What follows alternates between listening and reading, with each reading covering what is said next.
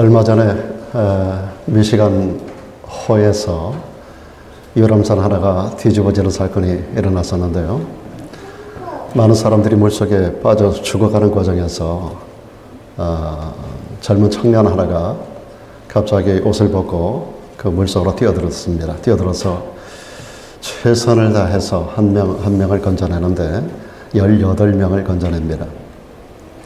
18명을 건져내는 과정에서 너무 힘이 드는 가운데 정작 자기 자신은 물속으로 완전히 기진해서 빠져들어가는 죽을 수밖에 없는 그런 상황에 맞닥뜨리게 되는데, 그런 상황 가운데서 구조대가 와서 이 죽어져가는 청년을 건져내고 병원으로 수송을 합니다.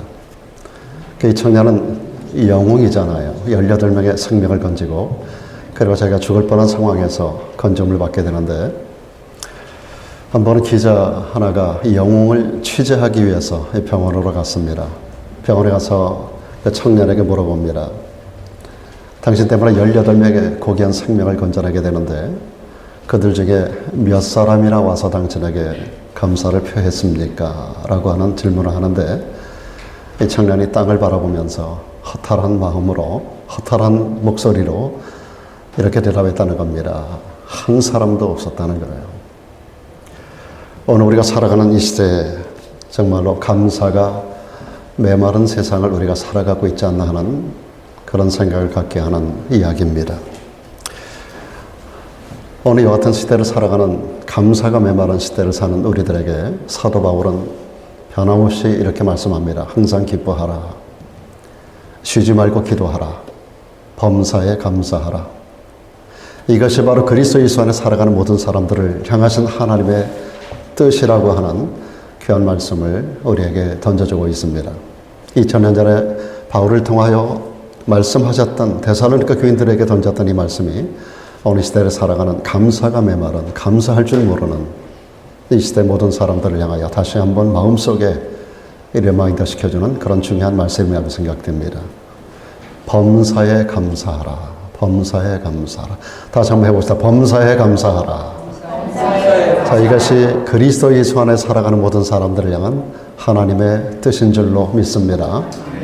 유대인의 탈무드 가운데 보면은 이 혓바닥에 대한 얘기를 하는 가운데 이런 얘기가 있습니다. 자신의 혓바닥에게 감사합니다 라는 말이 완전히 버릇들여지기 전까지 아무 말도 하지 마라. 우리가 할 수 있는 언어 중에서 감사가 가장 중요한 언어라고 하는 탈무드의 가르침입니다. 이 아름다운 감사의 계절을 주신 하나님께 감사와 영광을 돌려드립니다. 이 아름다운 감사의 계절에 우리가 성경 가운데서 감사하게 되면 처음으로 떠오르는 사람이 있습니다.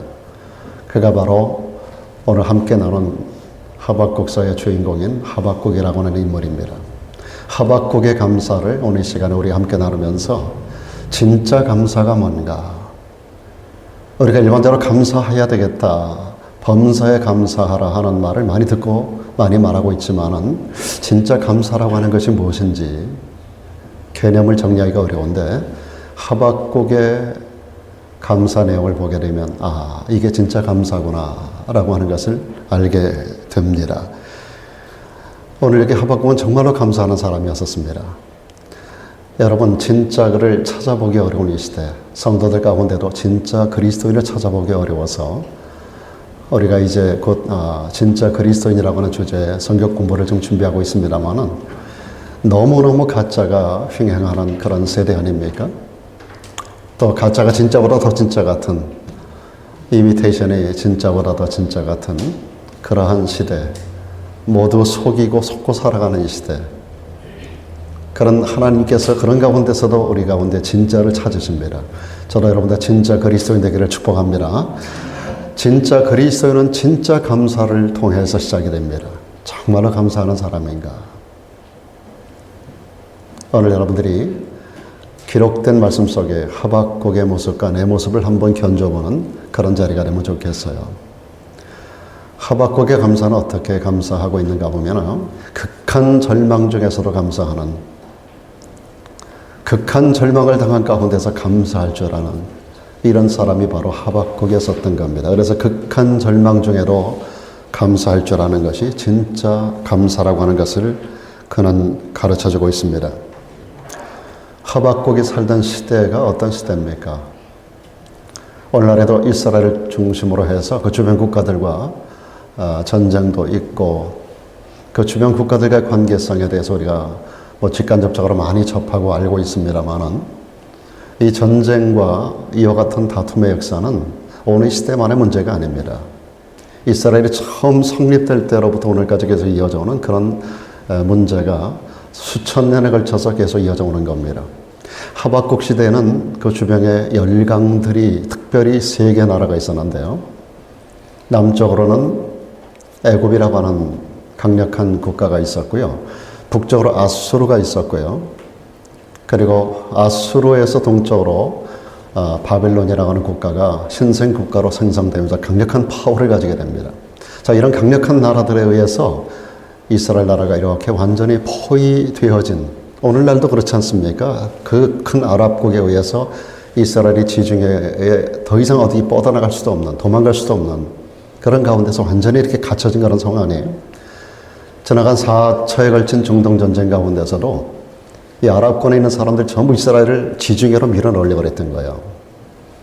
오늘날에도 그들의 마음은 조금도 변화가 되지 않습니다. 어찌됐든지 여기 하박국이 살던 시대의 정세는 어떤 시대인가? 이런 주변 열강 국가들이 존재하는 가운데서 굉장히 전쟁이 중단되지 않는, 그러니까 왕들이 전쟁할 때가 이르게 되면 끊임없는 전쟁들이 이루어지게 되고 나라가 나라를 정복하고 정복당한 나라는 고난을 당하는 그러한 시대였었던 거예요. 자, 그런 가운데서 하박국이 살았던 이때 주변 정세가 어떻게 되는가 하면 신생 바벨론 국가가 흥망하는 파워를 가지고 일어납니다. 그러면서 아수르를 삼켜요. 여러분, 이스라엘이 남북 왕조가 있게 되고 북쪽 이스라엘이 아수르에 의해서 멸망을 당하잖아요. 그리고 가서 백수십 년이 지난 다음에 아수르가 바벨론에 의해서 또다시 멸망을 당합니다. 지금 그 시대입니다. 그러니까 바벨론이 아수르를 멸망시키고 그리고 남쪽으로 세력을 확장시키는데 애굽까지 정복을 하게 됩니다. 그러니까 바벨론이 거대 국가로 확장되어지는 그런 상황. 그 상황 속에 그 중간에 끼어들고 있는 것이 이스라엘 땅인데 이제 곧 이스라엘에게 바벨론이 쳐들어온다라고 하는 이런 소문이 모든 사람들에게 퍼져 있는 그런 상황입니다. 이 상황 속에서 그 소식을 들었던 하박국이 오늘 그의 마음을, 어떤 마음을 가지고 있었는가가 오늘 본문에 선명하게 그려져 있습니다. 하박국이 이와 같은 소문을 듣고 그가 이렇게 탄식하면서 외칩니다. 내가 들었다는 거예요. 소식을 들었다는 거예요. 바벨론의 강력한 파워가 아수르를 삼키고 애굽을 멸망시키고 그리고 우리나라로 진군에 들어온다라고 하는 이 소식을 들었다는 거예요. 내가 들었으므로 창자가 지금 흔들리고 있습니다. 온 창자가 흔들리고 그 목소리로 인하여 내 입술이 떨려도다. 무리가 우리를 치러 올라오는 환난 날을 내가 기다리고 있자 하니 내 뼈에 썩이는 것이 들어왔으며 내 몸은 내 처소에서 떨리는도다.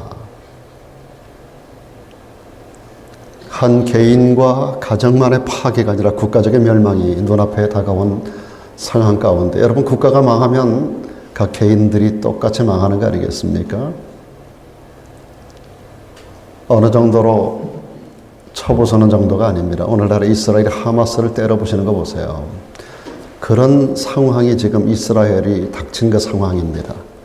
그 상황 속에서 그 신앙 강대국인 바벨론이 아수르를 공격했고 애굽을 멸망시킨 것처럼 우리 땅도 짓밟을 것이라고 하는 소식을 듣습니다.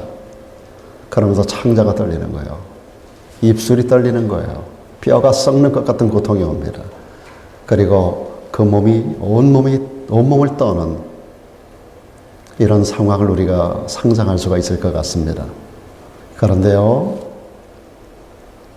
하박국 3장의 이 말씀은 여기서 끝나지 않아요. 바로 이어서 18절로 넘어가게 되면 그는 이렇게 하나님을 찬양하고 이렇게 선포합니다. 나는 여호와를 인하여 즐거워한다. 비록 내 창자가 흔들리고 내 입술이 떨리고 온몸이 떨리고 뼈가 썩는 것 같은 고통이 내게 있지만 그럼에도 불구하고 나는 여호와를 인하여 즐거워하며 나의 구원의 하나님을 인하여 기뻐하리로다. 주 여호와는 나의 힘이시기 때문이라. 나의 발을 사슴과 같게 하사 나로 나의 높은 곳에 다니게 하시리로다. 참 놀라운 선포적인 믿음입니다. 그런 절망적 상황 속에서 하박국 선지자는 나를 이 상황 속에서 구원해내실 이가 바로 하나님이라는 사실, 그에 대한 확신하는 믿음을 가지고 오히려 기뻐했다, 즐거워했다라는 말을 사용하고 있습니다. 이런 감사가 진짜 감사인 줄로 믿습니다. 오늘 감사절을 당해서 여러분의 삶을 한번 돌아보면 좋겠습니다. 여기 극한 절망이 그만의 문제였을까요? 당시 이스라엘만의 문제였을까요? 오늘날의 하마스만의 문제일까요? 이 극한 상황은 여러분의 삶 속에서도 다양한 모습으로 전개될 줄로 생각이 됩니다. 가정의 위기가 있고 사업의 위기가 있고 삶의 여러 가지 많은 육신적인 경제적인 혹은 여러 가지 건강의 많은 위기가 우리들에게는 다가옵니다. 가족 간의 부모 형제 가운데서도 우리가 살아가는 삶의 자리에서 원치 않는 가운데 나에게 닥쳐오는 이 절망적인 상황은 누구에게나 있는 거예요. 그런 일을 여러분이 가정하고 과연 나는 이런 상황 속에 하나님께 감사할 수 있겠는가? 하박국이 이 상황 속에 즐거워하고 기뻐했다고 그랬거든요. 여호와 까닭에, 여호와로 인하여. 오늘 여러분은 어떻습니까? 여러분 영국 사람들에게 물어봅니다. 영국 사람 중에서 가장 절망적인 상황에 처했던 사람 한 사람만 꼽아보십시오라고 말한다면 지난날에 1600년대를 살았던 존 버년을 제일 많이 꼽는다고 합니다. 영국 사람들은. 이분이 1628년에서 60년을 태어나서 60년을 살다가 세상을 떠나는데 존 버년 하게 되면 뭐로 유명하죠? 네? 철로역정. 제2의 바이블이라고 하는 철로역정. 장방성을 따라 천국을 향해서 가는 한 여행자의 스토리를 담고 있는 철로역정.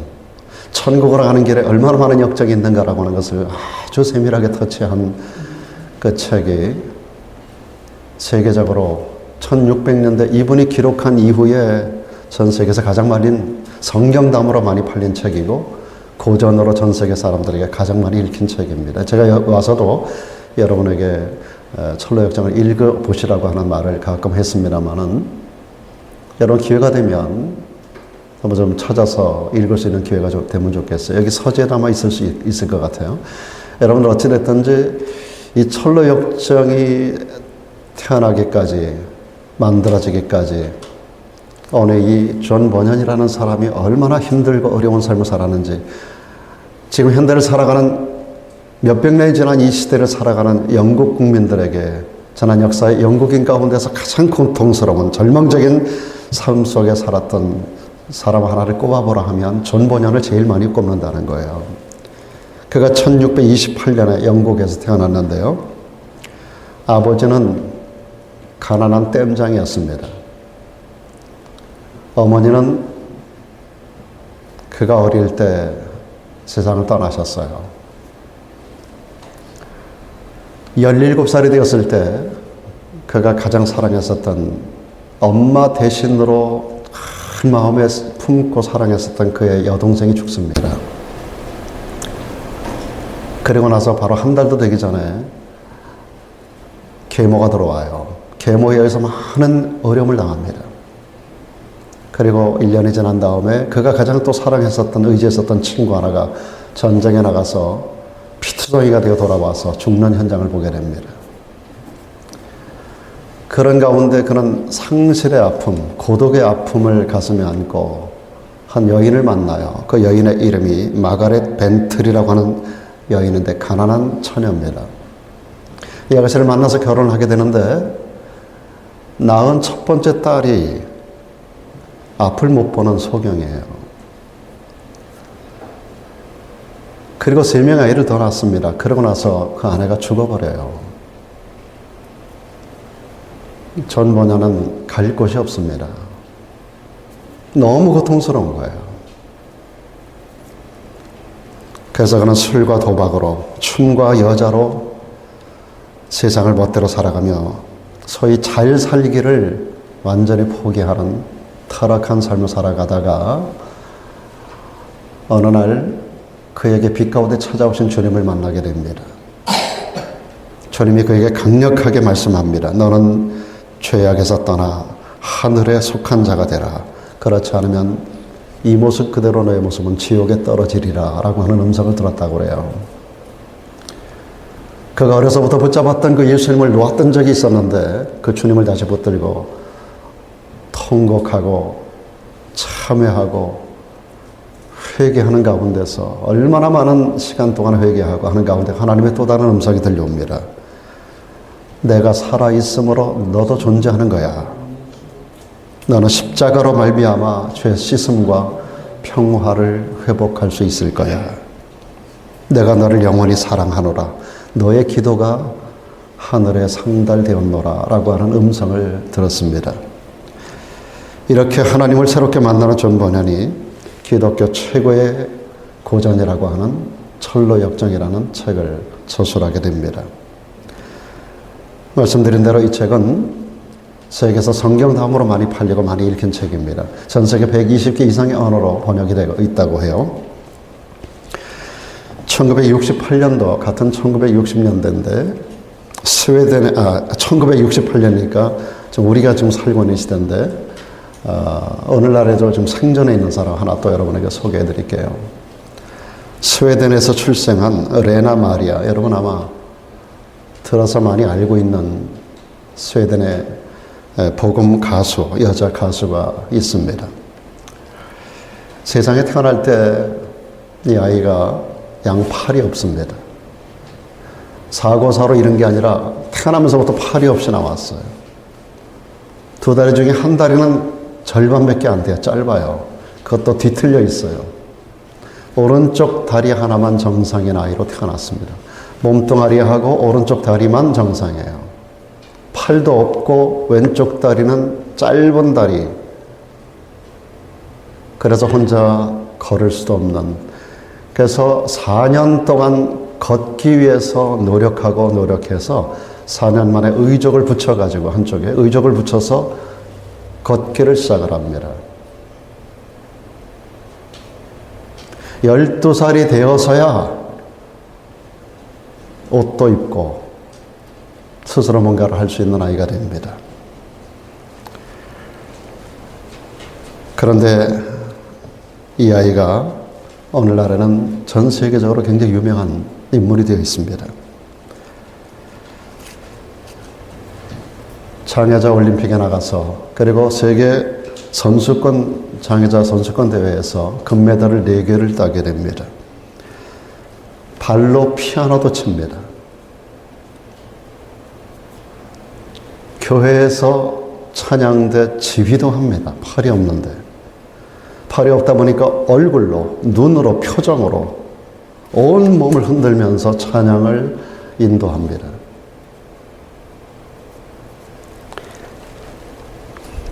그리고 그녀의 목소리는 참 천상의 하나님이 주신 그런 목소리를 타고났습니다. 많은 사람을 매료시키는 목소리예요. 그가 가스펠 싱어로 세계를 돌아다니며 복음을 전하고 우리 한국에도 여러 차례 갔다 왔습니다. 이분의 얼굴이 여러분이 잠시 후에 제가 영상을 보여드리겠습니다만은 얼굴에 주름 한 점이 없어요. 어둠의 그늘이 없어요. 그가 태어났을 때 그의 어머니가 크리스찬으로서 독실한 크리스찬인데 이 아이를 부둥켜 안고 그렇게 많이 울은 거예요. 팔도 없이 다리 한 짝은 짧고 뒤틀리고 그 아이를 핏덩어리를 안고 이 어머니가 그렇게 울어요. 그리고 하나님 앞에 감사의 기도를 드립니다. 하나님 이런 아이 주셔서 감사합니다. 그리고 이 아이를 향하여 너 너무나 사랑스럽구나. 너 너무 귀한 존재가 될 거야. 라고 하는 말을 어려서부터 그 아이에게 계속해서 심어주고 너는 귀한 존재야. 너는 하나님이 우리 가정에 주신 가장 큰 선물이야.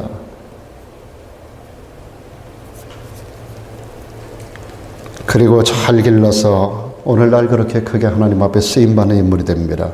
극한 상황 속에서 감사하는 사람들에게 하나님이 축복하시고 역사하신다는 사실을 이 레나 마리아를 통해서 우리가 발견하게 됩니다. 한국에서 영상 가운데 있었던 것 중에 한 부분을 제가 스크랩을 했습니다. 여러분 잠깐 좀 영상을 좀 보시기 바랍니다. 어떻게 보셨습니까? 우리의 감사와 레나 마리아의 감사는 얼마나 차원을 달리하는지 한번 돌아보는 자리가 되면 좋겠습니다. 이렇게 감사의 사람 하박국은 극한 절망 가운데로 감사했고요. 그리고 뿐만 아니라 하박국은 아무것도 없는 가운데서 모든 것을 빼앗긴 가운데서 오직 하나님만을 바라보며 하나님 한 분만으로 기뻐하고 감사하는 감사의 대표적인 모델입니다. 바로 이것이 진짜 감사라고 하는 것입니다. 오늘 본문 17절, 18절에 보면 이 부분을 답답하게 이렇게 기록해내고 있습니다.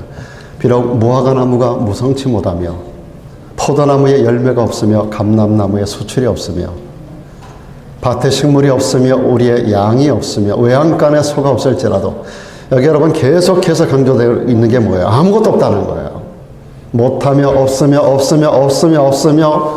없을지라도 할 수 있는 게 아무것도 없어요. 가진 게 아무것도 없어요. 모든 게 없어요. 모든 게 다 떠나갔어요. 모든 걸 다 빼앗겼어요. 그럼에도 불구하고 그는 이렇게 말합니다. 나는 여호와를 인하여 즐거워하며 나의 구원의 하나님을 인하여 기뻐하리로다. 아무것도 없습니다. 모든 것이 없어졌습니다. 모든 걸 다 빼앗겼습니다.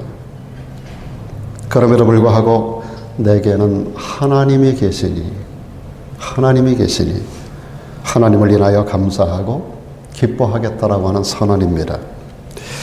이 미국의 개척의 역사가 영국 그 청교도들을 통해서 이루어진 거 여러분 잘 아십니다. 1620년에 메이플라워호를 타고 146명이 당시 그 항해술이 취약했던 그런 시대에 그들이 탔던 5월의 꽃이라고 하는 메이플라워호를 타는데 이 배가 180톤급의 길이가 90피트밖에 안 되는 그러한 배라고 합니다. 146명이 탑승하기에는 너무나 작은, 당시 항해술로는 대서양을 건너기가 너무 어려운 그런 배. 그것도 가을철에 배를 띄우고 겨울철에 한겨울에 미국 동부 해안 플리머스라고 하는 항으로 들어오게 되는데 그 항해하는 시간 동안에 그 거친 파도를 거치고 배 안에서 굶주림이 겹치고 그런 가운데 배 안에서도 이미 많은 사람들이 아사자가 생기고 병사자가 생기고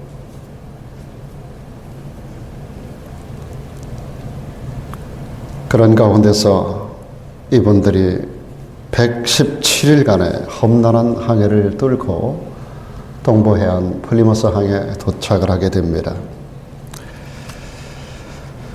도착했을 때가 혹독한 추운 겨울입니다. 같은 해 1620년 12월 26일입니다. 크리스마스 바로 다음 날인데 엄청난 추위, 거기에 대해서 영양 부족 때문에 너무나 많은 사람들이 고통스럽습니다. 그런데도 전염병까지 들어서 봄이 되기 전에 도착한 자들 중에서 44명이 죽게 됩니다. 더군다나 신대륙의 기후 조건과 맞지 않은 그런 씨앗을 가지고 왔는데 씨앗을 파종했지만 열매가 없는 거예요. 그래서 첫 농사에 완전히 실패하고 맙니다. 자, 먹을 것 없이 굶주리는 상황에 극심한 추위 고통을 당하면서 그들에게 앞날에 소망이 있었을까요? 두려움밖에는 없습니다. 그런 상황 속에서 그들이 할 수 있는 게 오늘 여기 하박국이 했었던 것밖에는 없습니다. 없으며 못하며 없을지라도 여호와를 인하여 즐거워하고 구원의 하나님을 인하여 기뻐하는 이것을 그들의 삶 속에 그대로 접목을 시킵니다. 하나님만을 바라보는 것밖에 달리 아무 방법이 없었던 거예요.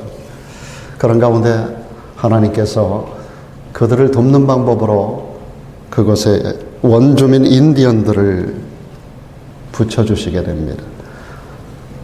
당시 인디언 추장이 사모세트라는 분인데, 사모세트가 여러 종류의 씨앗을 그들에게 가져다주고 재배하는 방법을 가르쳐줍니다. 그리고 나서 인디언들의 이런 도움을 통해서 옥수수, 호박, 감자 이런 햇 곡식들을 많은 분량은 아니라도 추수를 하게 됩니다. 그들이 얼마나 기뻤을까요? 그래서 그들은 그들을 도와줬던 이 원주민들을 초청을 합니다.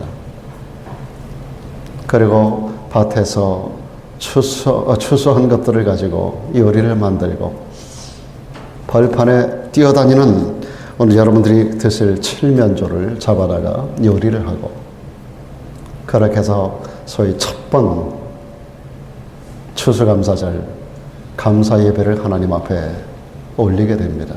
이것이 오늘날의 미국과 전 세계를 강타한 추수감사절의 원형입니다.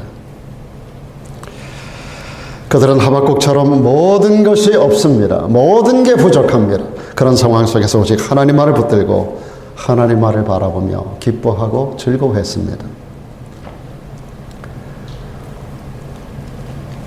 사랑하는 여러분, 우리가 지금 가진 게 참 부족합니다. 환경도 많이 어려워요.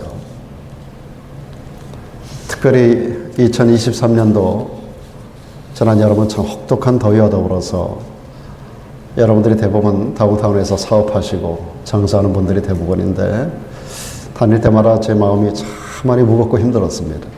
내가 이렇게 힘든데 현장에 있는 당사자들은 얼마나 힘들었을까 하는 생각들을 제가 많이 가져보게 되었었습니다. 그런 가운데 오늘에 이르렀습니다마는, 오늘 여러분 지난 1년을 돌아보며 어떤 생각이 드십니까? 그야말로 모든 게 다 못하며 없었던 그러한 한 해를 보내는 가운데서도 오늘 여기 여러분 진짜 감사하는 마음을 가지고 오신 줄로 믿습니다. 오늘 여러분의 감사가 진짜 감사로 하나님 앞에 상달되는, 인정되는 하박국의 감사, 미국 청교도들의 감사, 레나 마리아의 어머니 같은 감사, 그리고 없음에도 불구하고 그 상황 속에 감사로, 그리고 노래로 하나님께 감사하며 전 세계를 다니며 복음을 전하는 레나 마리아 같은 감사, 이런 감사가 우리 모두의 감사가 되는 날이 되기를 주 이름으로 축원합니다. 동두천에 사는 한 여인이 해산을 위해서 병원을 찾았습니다. 근데 상황이 너무 위중해요. 저는 제 아내가 제 아이를 낳을 때 그 위중했었던 그 순간이 생각나게 하는 그런 여인입니다. 그 병원에서 아이를 못 낳아요. 다른 병원으로 갑니다. 거기서도 똑같은 진단을 받아요. 또 다른 큰 병원을 찾아갑니다. 가까스로 입원을 했습니다. 그런데 피검사를 했더니 여인이 한국 사람에게 찾아보기 어려운 RH-AB형이에요. 지금 이 상황에 수술을 받아야 되는데, 피가 필요한데, 한국 사람도 RH-AB형이 찾기가 쉽습니까? 근데 마침 그 병원에 다른 일로 취재차 찾아왔던 조선일보 기자 하나가 그 상황을 접하고 그 여인의 사진과 더불어서 조선일보 신문기사에 올렸습니다. 누구든지 RH-AB형 혈액형인 사람은 와서 좀 도와주면 좋겠다고. 지금 두 생명이 지금 죽음 경각에 달려있다고. 많은 사람들이 의료진과 더불어 안타까워는 했지만 피를 수혈해 줄 수 있는 사람이 없는 거예요. 근데 마침 동두천에 미군 병사 하나가 외출을 나왔다가 그 소식을 어떻게 접하게 돼 있어요. 그래가지고 자기가 피를 줘야 되겠다라고 생각을 하고 그 병원을 찾아갑니다. 피검사를 하고 건강검진을 하고, 그리고서 그 여인의 옆에 누웠어요. 여인은 이미 혼수 상태예요. 그리고 이 병사에게서 피를 빼서 여인에게 혈액을 공급하는데, 여인이 너무나 많은 피를 흘렸기 때문에 너무나 많은 피가 필요한 거예요. 그리고 두 생명이잖아요. 그러다 보니까 병사에게서 지나치게 피를 많이 뺐어요. 피가 너무나 많이 뺀 상황에서 이 병사가 깨어나지 못하고 그 자리에 죽어버리고 말았습니다. 실제 있었던 사건입니다. 산모는 의식이 돌아오고 나서 자기와 자기 아기를 살려준 병사에 대한 소식을 듣고 참 고통스러웠을 거예요. 어떻게 이 빚을 갚을까? 사랑하는 여러분, 이 이야기는 바로 우리 구주 예수 그리스도와 우리들의 이야기입니다. 우리를 지옥불에서 천국으로 옮겨주시기 위해서 대신 우리를 찾아와서 당신의 팔을 내놓고 당신의 피를 빼서 당신의 의로운 피로 우리에게 공급해 주시고 당신은 처절하게 죽어가는 예수 그리스도. 그 피를 수혈받고 우리는 새로운 건강한 하나님의 사람으로 거듭나게 된 줄로 믿습니다.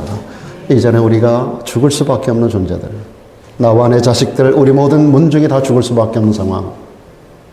성경은 사도 바울을 통해서 분명히 말씀합니다. 주 예수를 믿으라. 그러면 너와 너만이 아니라 너의 집이 구원을 얻으리라고 말씀하거든요.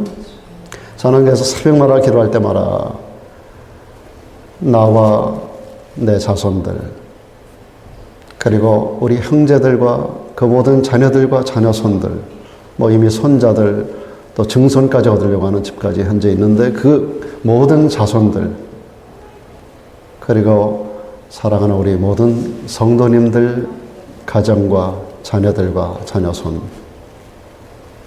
그리고 우리의 사돈들까지도 제가 꼭 빼질 않아요. 이름을 불러가면서 그들의 자녀들과 자녀손까지.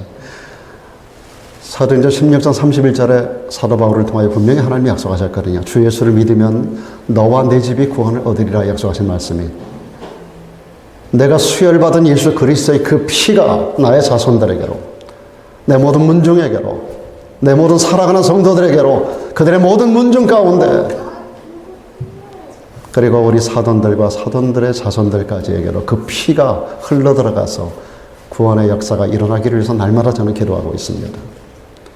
그 구속의 역사가 여러분의 문중 가운데 너와 내 집이 구원 얻으리라 하신 말씀 그대로 이루어지게 될 줄로 믿습니다. 여러분, 이것이 세상에서 우리가 얻을 수 있는 가장 큰 소산 아니겠어요? 무엇을 얻어서 우리가 구원받을 수 있겠어요? 무엇을 주고 내 생명을 구원할 수 있겠어요?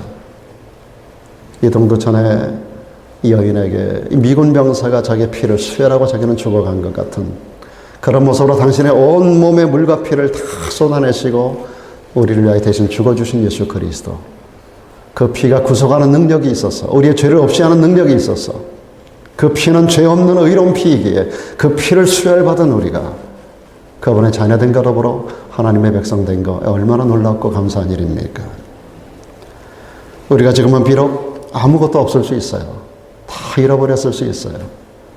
여러 가지 우리가 많은 부분에 많은 것이 없고 많은 것에 우리가 부족을 느낄 수 있어요. 그러나 우리는 우리에게 새로운 생명 주신 그 하나님, 그 하나님만 있으면 된다라고 하는, 당신이면 돼요. 당신 없으면 안 돼요. 당신으로나 만족해요. 라고 하는 이 고백이 이 감사절에 하나님께 올려지기를 축복합니다. 로마서 8장 32절에 사도 바울을 통하여 우리에게 이런 말씀을 주셨어요. 자기 아들을 아끼지 아니하시고 우리 모든 사람을 위하여 그 아들을 내어주신 그 하나님이 그 아들뿐만 아니라 가장 소중한 게 그 독생자 아닙니까? 가장 소중한 그 당신의 하나밖에 없는 독생자를 우리를 위하여 내어주신 그 하나님이 그 아들과 함께 우리의 모든 필요한 것들, 우리의 모든 것을 우리에게 더해서 주시지 않겠느냐라고 하는 이 소망스러운 메시지를 바울이 우리들에게 전달해주고 있습니다. 아들을 줬다면, 하나밖에 없는 아들을 내어줬다면 우리에게 못 주실 것이 무엇이 있겠는가라고 하는 여러분의 영혼의 필요함과 권고함, 여러분의 삶의 부족한 부분들, 여러분 아들을 내어주신 그분이 그 부분 안 주시겠습니까? 오늘 저와 여러분들이 이 부분에 확신을 갖기를 주의 이름으로 축원합니다. 여러분, 하박국이라는 그 이름의 미닝이 뭐냐면 껴안는 자라는 뜻이에요. 껴안는 자. 여러분, 하나님은 우리를 껴안아 주시는 분인 줄로 믿습니다. 하나님이 우리를 껴안고 계신데 누가 우리를 해할 수 있겠습니까? 그분이 우리를 껴안고 있는데 우리에게 부족함으로 끝나겠습니까? 우리는 그분의 품 안에 있음으로 인하여 만족하고 감사할 수 있는 거예요. 성도가 감사하는 감사의 그 생활을 보면은요, 그 사람의 인격을 알 수 있고 그 사람의 신앙의 정도를 알 수 있습니다. 이건 뭐 틀림없어요. 우리가 어떻게 감사하는지, 감사하는 생활을 보면 그 사람의 인격을 알 수 있고 신앙의 정도를 알 수 있습니다. 아프리카의 성자로 잘 알려져 있는 슈바이처 박사, 슈바이처 이름을 모르는 사람 없을 거예요. 슈바이처 박사는 아프리카 빛을 던지잖아요. 그는 의사로서 병원을 세우고 아프리카 각처에서 오는 수많은 환자들을 고쳐주었습니다. 슈바이처를 통하여 영혼과 더불어 육체가 고침받은 사람들이 아프리카 전역에 굉장히 많은데, 물론 모든 치료비는 무료였었습니다. 무료. 그런데 여러분, 슈바이처 박사가 어느 공개적인 자리에서 이런 간증을 했어요. 자기가 수많은 환자를 다루고 수많은 사람들에게 무료로 그들을 치료해주고 생명도 살리고 그런 일을 했는데 두 종류의 사람들이 있더라는 거예요. 그나마 아프리카 같은 그러한 그분이 살았던 그 시대에 그분이 보내졌던 땅에 아프리카가 얼마나 힘든 땅이었을까요? 그나마 그런 가운데서도 조금 문명이 깨어있는 지역에서 온 사람들, 그런 환자들은 고쳐주고 나면 가면서 감사하다는 표현을 한다는 거예요. 그래서 집에 있는 감자도 캐오고 옥수수도 캐오고 좀 괜찮아지면 어떤 열매도 가져오고 감사의 표현을 한다는 거예요. 치료를 받은 자가, 구원을 받은 자가 말로만이 아니라 감사할 줄 알더라는 거예요. 좀 깨어있는, 그래도 좀 문명화된 아프리카 땅에 사는 사람들은 그렇더라는 거예요. 그런데 정말 형편없는 곳에 사는 환자들은요, 고침받고 나서 오히려 물에 빠진 자 건져주면 보따리 달라는 것하고 똑같은 짓을 한대요. 집에 갈 차비 달라고 그런대요. 집에 갈 차비를 달랜대요. 먹을 거 있으면 내놓으라는 거예요. 내놓으라는 거예요. 그래서 그분이 하는 말입니다. 감사하는 정도를 알면 문명화된 정도를 알 수 있다. 이것이 오늘 성경에서 우리들에게 정말로 우리가 감사할 줄 아는 사람인가 아닌가를 구별해내는 기준이라고 말하고 있어요. 우리의 인격과 우리의 신앙의 정도가 우리의 감사하는 모습을 통해서 드러난다는 거죠. 사랑하는 여러분, 지난 1년을 돌아보면 다는 아니겠지만 교회적으로도 그랬고 가정적으로 그렇고 여러분의 경영하는 사업장에도 많은 어려움이 있었던 한 해였었습니다. 그럼에도 불구하고 오늘 여기까지 인도해 주신 에벤에셀의 하나님, 그 하나님 앞에 오늘 우리가 감사하는 마음이 충만한 줄로 믿습니다.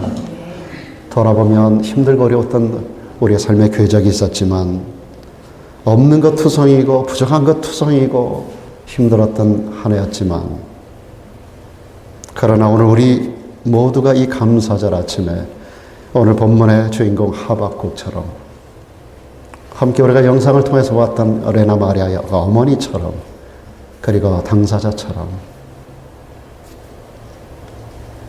동두천에서 죽을 수밖에 없었던 이 산모의 위치에서 우리가 생명을 수혈을 받아 다시 새로운 생명이 우리들에게 공급된 자라고 한다면, 그리스도의 피를 통해서 우리가 구원받은 하나님의 사람이 되었다고 한다면, 우리는 없는 것 때문에, 잃어버린 것 때문에, 없어진 것 때문에, 약한 것 때문에, 부족한 것 때문에, 그것 때문에 울고 불평하고 원망하는 자가 아니라 여호와로 인하여 감사하고 구원의 주께서 우리 가운데 계시고 내가 그 품에 있음으로 인하여 감사하는 그러한 진짜 감사가 우리들에게 있어야 할 줄로 믿습니다.